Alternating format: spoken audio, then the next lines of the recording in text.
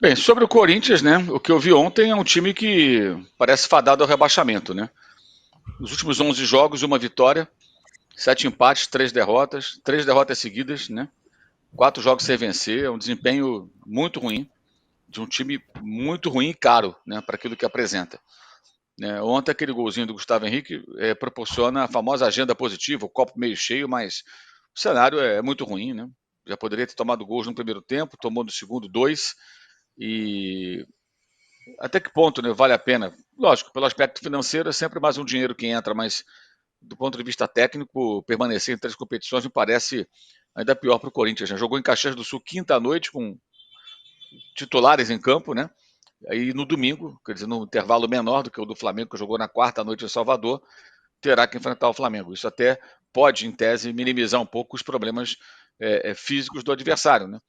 É, eu acho difícil ficar falando assim de quem é a culpa, né? A culpa é do preparador físico. Seria leviano da minha parte afirmar isso. Com base em quê?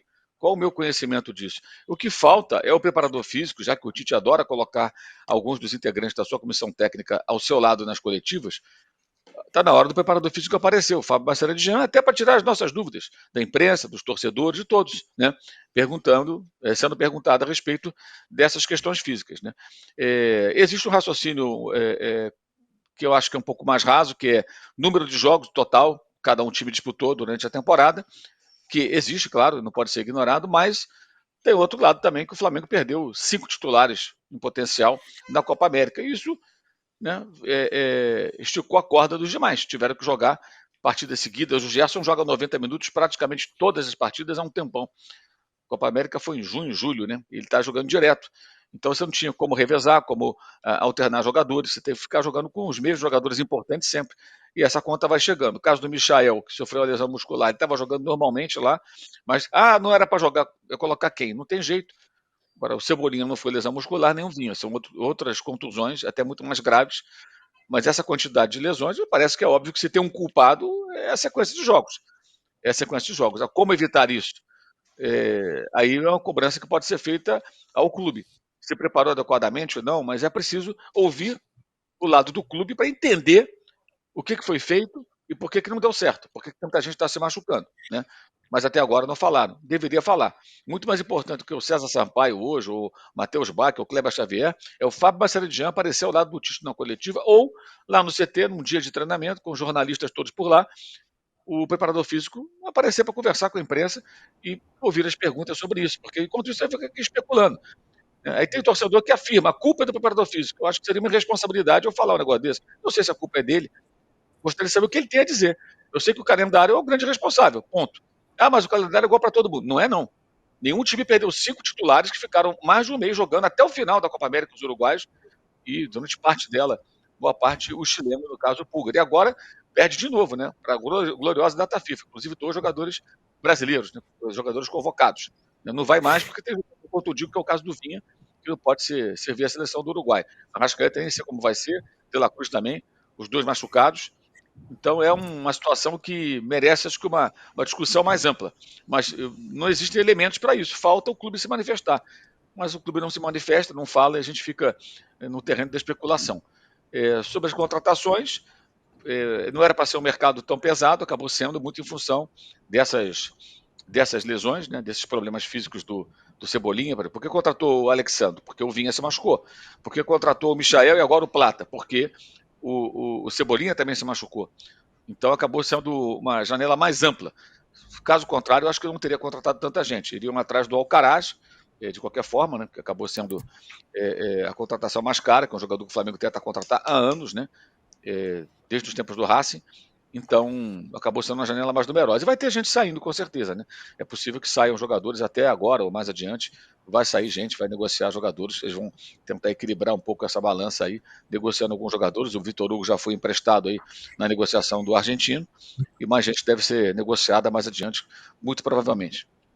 Ô Mauro, o Cebolinha não, o Michael também está fora da temporada? Não desconheço isso. Ele teve uma lesão muscular. Mas eu não vi nenhuma informação de que ele não joga mais esse ano, não. Eu Não, vai ouvi o jogar. Renato Esse Maurício outro ano. Prado dizer isso ontem.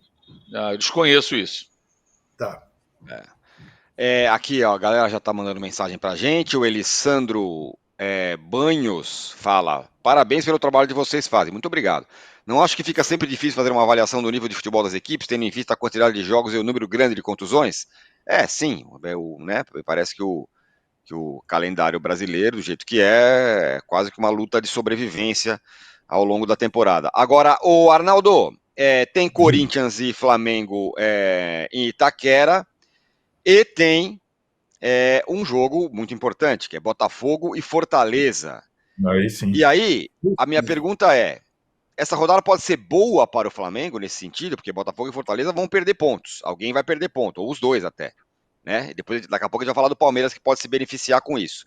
Mas tem esse jogão aí no horizonte, queria que você falasse do Flamengo, do Corinthians e também desse jogão.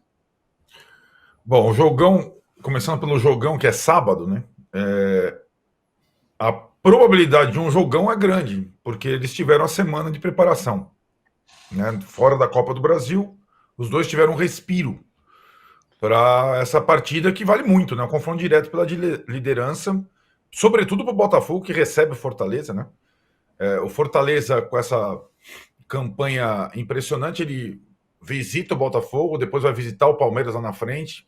Então agora vai ser testado em algumas partidas fora de casa, com agora a vantagem de poder, digamos, jogar pelo empate, jogar no erro do adversário, que é a sua especialidade.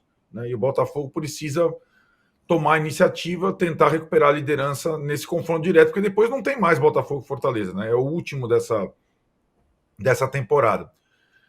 E não sei se a rodada pode ser boa para o Flamengo. Eu acho que essa partida tem muitos componentes no domingo aqui em São Paulo.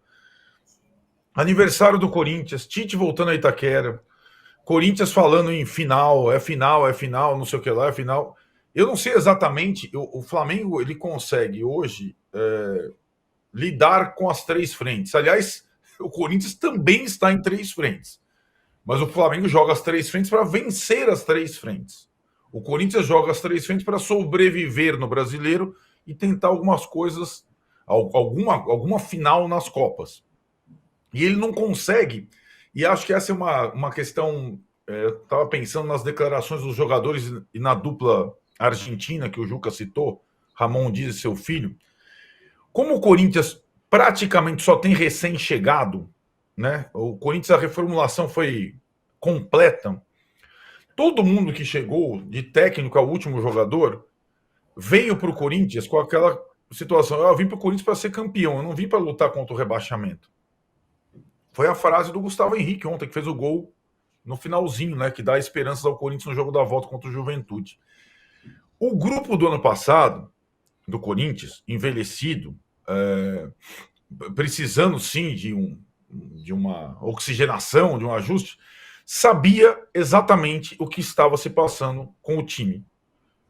Sabia que a prioridade era permanecer na primeira divisão. Sabia que manchar o nome que eles têm na história do Corinthians com o rebaixamento seria a pior das coisas. Vocês já repararam para pensar nisso? O Cássio, o Gil, o Renato, o Fábio Santos, o Paulinho. A única coisa que poderia acontecer na carreira deles no Corinthians era ser rebaixado com o Corinthians. Essa turma que entrou agora não tem a menor ideia disso. Fora o Fagner, eles não têm ideia disso. Então, na cabeça deles, é mais importante. Isso é instintivo, não é declaratório. É mais importante a possibilidade de ser campeão, tentar alguma coisa, tal, não sei o que lá. Eles não têm vínculos. E essa situação, para quem luta contra o rebaixamento, é complicada. Porque quando ela assola um time grande, quando não se tem vínculos, ela pode ser... E acho que também é sintomático para mim o discurso da comissão técnica que no Vasco, quando assumiu o Vasco, falava toda vez não vai baixar, não vai cair, não vai cair. E no Corinthians ela não é bem assim. Não vai cair, mas a gente quer ganhar. Não vai cair, mas a gente quer ganhar. Então, por mais que ele poupe alguns jogadores importantes nos jogos das Copas, a cabeça do Corinthians, do time, dos jogadores, da comissão está dividida. E o Corinthians está lá se preparando, como disse o Mauro, no Rio Grande do Sul. Volta para fazer um treino aqui em São Paulo e vai para o jogo. O Flamengo tem um histórico positivo. Acho que a chance do Corinthians no domingo, com apoio da torcida e tal, depende muito mais de uma eventual dispersão do Flamengo e do seu treinador do que das suas próprias forças.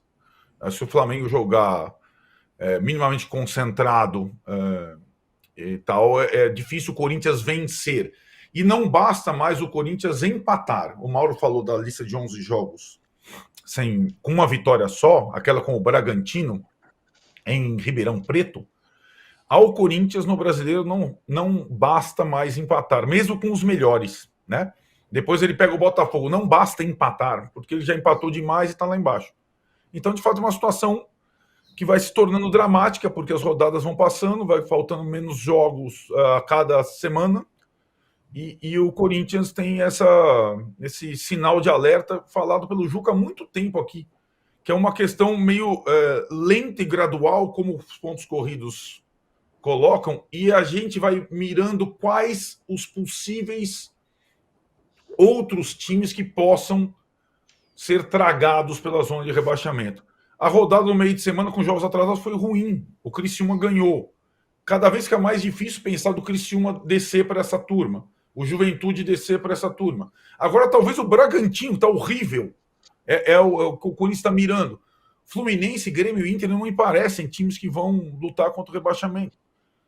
Então você fica falando, tudo bem, o Corinthians pode passar o Vitória, e quem mais, né? Toda semana, quem mais? Qual seria o outro? É uma situação no brasileiro muito complicada. Nas Copas, Tironi, tudo pode.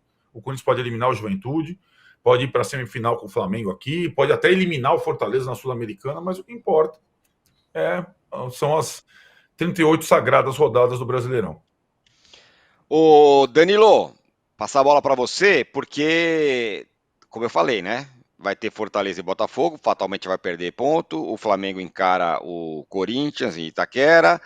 E o Palmeiras encara o Atlético Paranaense, que é outro, o Palmeiras é outro que está na briga aí, e agora só nesta briga, pelo Campeonato Brasileiro. Mesma pergunta que eu fiz para o Arnaldo, a rodada pode ser boa? Se o Palmeiras fizer o serviço dele, sim, pode ser boa para o Palmeiras. Antes, rapidinho do Corinthians, eu andei conversando com o pessoal que vive o dia a dia ali do Corinthians, e além de tudo isso que a gente fala sobre o atraso no aspecto de pagamento, né, não atrasa, conta bloqueada e tal, tem uma questão do dia a dia do clube também, que os jogadores eles não estão exatamente vivendo confortáveis. Tem pessoas estranhas no CT, pessoas estranhas nos hotéis, até essa questão que o Corinthians lá em 2000, 90 e poucos, a gente via acontecer, que era um pouco mais desorganizado, isso parece estar voltando na atual gestão também. O dia a dia ali no CT, hotéis, realmente os jogadores estão bem incomodados com essa questão também, então nada ajuda, digamos assim, né? Porque os caras não recebem em dia, contas bloqueadas e dia a dia ruim, e pior também, uma coisa que é muito estranha do Corinthians, o mesmo empresário que entrou na justiça e pediu bloqueio de contas, ele está fazendo negócios e continua trazendo jogadores para o Corinthians, então tem muita coisa que precisa ser melhor explicada aí nesses próximos dias de investigação da polícia também. A expectativa de todo mundo que vive esse dia a dia lá do Corinthians é que tão logo saia os primeiros resultados das investigações policiais, é uma avalanche, é muita gente que vai estar envolvida e muita gente caindo junto. Então eu fiquei bastante curioso para saber o resultado dessa investigação. Sobre o Palmeiras, Tironi, tem uma questão, né? O Palmeiras, ele já há um tempo, ele é marcado, o Abel especialmente, desde a volta do Abel, é marcado por ser um time que quando tem muito tempo de folga, quando treina muito, não necessariamente volta jogando bem. Na verdade, é quase sempre o contrário. Quando o Palmeiras tem tempo de folga, tem data FIFA, tem 10, 15 dias parado, volta e volta mal. Recentemente teve até um levantamento, o aproveitamento do Palmeiras depois de data FIFA não é bom. Agora não é exatamente uma data FIFA, mas o Palmeiras teve folga de 2, 3 dias, ia ter até um churrasco que acabou sendo cancelado ali por conta da morte do Esquerdo, acharam que não ia ter clima e etc. Mas o Palmeiras está tentando retomar não só a parte física, mas também a parte mental, mas nem sempre responde bem de uma longa pausa. Então é uma questão como a gente vai ver esse Palmeiras no domingo contra o Atlético Paranaense, que, aliás, deve ter que poupar, porque perdeu o jogo contra o Vasco, tá meio assim, ainda mesmo que tenha a data FIFA ali na frente, é uma questão que a gente vai ter que ver como vai estar o Atlético Paranaense. Já não tem o Fernandinho, já teve o outro Fernando que foi expulso no jogo do Brasileirão contra o Vasco. Então o Atlético Paranaense não vive o seu melhor momento, mas Palmeiras e Atlético na Baixada, normalmente, na Liga Arena agora, que é o nome, normalmente é uma questão para o Palmeiras. E soma-se a isso o fato de o Palmeiras normalmente não responder bem ao período de pausa. Então, não dá para saber. E aí a gente tem que ver no Palmeiras quais vão ser as soluções do Abel para o time, no aspecto que o Gustavo Gomes e o Zé Rafael, que estavam suspensos, eles voltam como opções agora. Mas o Gustavo Gomes não está bem. E o Zé Rafael também não está bem. E o Abel ele tem uma dificuldade de se desfazer desses jogadores que viraram líderes e referências aí do elenco do Palmeiras durante todo esse tempo. Então eu vivo essa expectativa de como ele vai lidar com a opção do Gustavo Gomes retornando e não jogando bem, porque chega uma hora que o técnico insiste, alguém que não está jogando bem, corre o risco de perder também o controle do elenco. Então, para mim, a decisão chave aí para esse fim de semana do Abel, além desse tempo parado, é o que ele vai fazer com as voltas de Zé Rafael e Gustavo Gomes. Muito bem, então teremos Corinthians e Flamengo, Botafogo e Fortaleza, Atlético Paranaense e Palmeiras, considerando aí os times que estão brigando lá em cima. Ô Trajano, eu confesso que eu estou absolutamente curioso por duas coisas. O Juca também tá. Primeiro eu quero saber o que você falou que gostaria de falar de outros temas, eu estou curioso para saber. Mas Não, queria que você até falasse parece também que de eu vou te Botafogo dar- e Fortaleza. Vou falar de Botafogo. Não, nada demais, não. Para descobrir a pólvora, não. Na verdade, são dois registros para não deixar passar batido. Porque a gente, às vezes, tem muita coisa para falar e passa batido algumas coisas que estão acontecendo no futebol. Uma delas, para mim, é surpreendente, é o Brasileiro Sub-20 que aconteceu. O Fortaleza eliminou o Flamengo na Gávea. Quer dizer, Isso. então o sucesso do Fortaleza não se dá apenas lá em cima, líder do Campeonato Brasileiro, no Sub-20. Os Fortaleza se colocou no meio ali de Cruzeiro, de Palmeiras, Atlético Paranaense, está na semifinal do Campeonato Brasileiro Sub-20. É um outro feito que vem lá do Ceará, que é o que está passando batido, porque não tem essa visibilidade toda. O outro registro é o Brasileiro Feminino. Aí os times paulistas estão se dando bem, porque tem semifinal que envolvem 4 times de São Paulo. E aí, Juca, é a grande chance que o Corinthians tem, né, de levar algum troféu, sabe, de ganhar um título, sabe, de Exato. comemorar, da volta olímpica. Então não Ganhar do só Palmeiras. ganhar do Ô, Zé. Paulo, porque vai ser Corinthians e Palmeiras. Outro jogo é São Eu Paulo sei, e Ferroviária. Né? Ô Zé, você falou do Sub-20, você sabe que no Sub-17 o Flamengo meteu 5-0 no Corinthians, né? Para você Olha ver aqui. a diferença entre o Fortaleza e o Corinthians. O Fortaleza elimina o Flamengo no Sub-20, o Flamengo mete 5-0 no Corinthians no Sub-17. A folha de pagamento do Fortaleza é 7 milhões, a do Corinthians é mais de 20 no principal. Essas são as diferenças de Não, mas o que eu gestão. queria falar, eram só apenas esses dois registros, porque é legal a gente falar também do que está acontecendo no mundo do futebol, e às vezes a gente se esquece do Brasileiro Feminino, do Sub-20 e tal. Em relação a Botafogo e Fortaleza, é o grande jogo que a gente está esperando, né? Toda rodada passa e tem aquele jogo que se espera mais. E nesse caso, é um jogo fundamental ali para a briga pela liderança. Fortaleza, é bom que a gente não esqueça que tem menos um jogo. Se o Fortaleza encaçar para o São Paulo e ganha do São Paulo esses 3 pontos, ela tem um jogo a cumprir, a situação do Fortaleza fica filé mignon.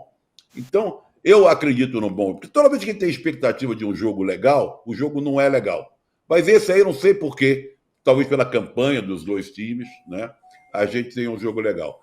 Mas o Fortaleza tem tudo para disparar no campeonato, e aí o Palmeiras pode ganhar. Se você perguntou, pode se dar bem? Ninguém pode se dar bem. Ninguém pode se dar bem nessa rodada se o Fortaleza vencer o Botafogo. Só o Fortaleza.